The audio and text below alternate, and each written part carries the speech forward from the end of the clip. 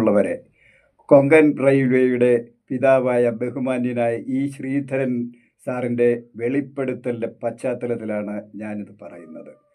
മഹാനായ Karl marks പറഞ്ഞു, മതം മനുഷ്യനെ മയക്കുന്ന കറുപ്പാടെന്ന് പറഞ്ഞപ്പോൾ മാർക്സിസം സഖാക്കളെ മയക്കുന്ന കറുപ്പാടെന്ന് കേരളത്തിൽ തെളിയിച്ചയാളാണ് പിണറായി വിജയൻ.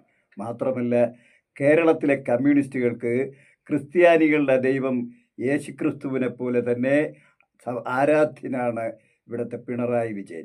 പിണറായി വിജയൻ പറഞ്ഞാൽ പറഞ്ഞതാണ്. അദ്ദേഹം ഒരിക്കൽ പറഞ്ഞു, ഇവിടെ കേരയിൽ വരും, ഞാൻ കേരയിൽ കൊണ്ടുവരും.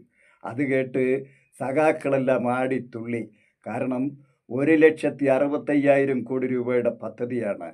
അതിൻ്റെ 10% കമ്മീഷൻ 16,500 കോടി രൂപ കയ്യിൽ കിട്ടുമെന്ന ആഗ്രഹത്തോടെ ആവേശത്തോടെ സഖാക്കളും പിണറായി വിജയനും ആടിത്തുള്ളി. സകല പോലീസ് സന്നാഹവും സർക്കാർ ഉദ്യോഗസ്ഥരുമായി നാട്ടുകാരൻ്റെ നെഞ്ചത്തേക്ക് കയറി നാട്ടുകാരുടെ അടുക്കള വരെ കുത്തിപ്പൊളിച്ച് റെയിൽവേക്ക് കല്ലിട്ടു.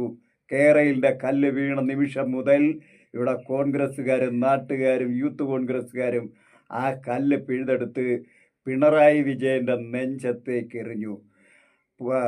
DYFIക്കാരും മാർക്സിസ്റ്റുകാരും ഇവിടെ അന്തം വിട്ടു കുന്തം വിഴുങ്ങി നിന്നു. പിന്നീട് കാലങ്ങൾ കഴിഞ്ഞു. ഇപ്പോൾ കേൾക്കുന്നു കേരളിൻ്റെ ശവപ്പെട്ടിയിലെ അവസാനത്തെ ആണിയും അടിച്ചു കഴിഞ്ഞുവെന്ന്. മാത്രമല്ല, ഈ ശ്രീധരൻ സാറ് പുതിയ പദ്ധതി അവതരിപ്പിച്ചിരിക്കുന്നു. കേരളിനെ പോലെ തന്നെ ഹൈ സ്പീഡ് റെയിൽവേ, യാതൊരു പാരിസ്ഥിതിക പ്രശ്നങ്ങളുമില്ലാതെ പുതിയ റെയിൽവേ നടപ്പാക്കാമെന്ന് അദ്ദേഹം ഇവിടെ നിർദ്ദേശിച്ചിരിക്കുന്നു. അദ്ദേഹം അതിന് പദ്ധതി തയ്യാറാക്കി കഴിഞ്ഞു. ആ പദ്ധതി പിണറായി വിജയനും ഇഷ്ടപ്പെട്ടു. പക്ഷേ കേന്ദ്ര ഗവൺമെൻറ്റിനും ഇഷ്ടപ്പെട്ട് കേന്ദ്രവും ജനങ്ങളും റെയിൽവേയും എല്ലാം ശ്രീധരൻ സാറിനെ വിശ്വസിക്കുന്നു. അദ്ദേഹം ആ പദ്ധതി നടപ്പാക്കണം. പക്ഷേ അത് നടപ്പാക്കണമെങ്കിൽ പിണറായി വിജയനൊന്ന് മൂളണം.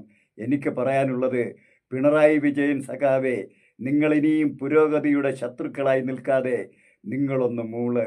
സഖാക്കളെ, നിങ്ങളൊന്ന് മൂള്. പിണറായി വിജയ, നിങ്ങളൊന്ന് മൂള്. ഇൻകുലാബ് സിന്ദാബാദ്, പുരോഗമനം സിന്ദാബാദ്.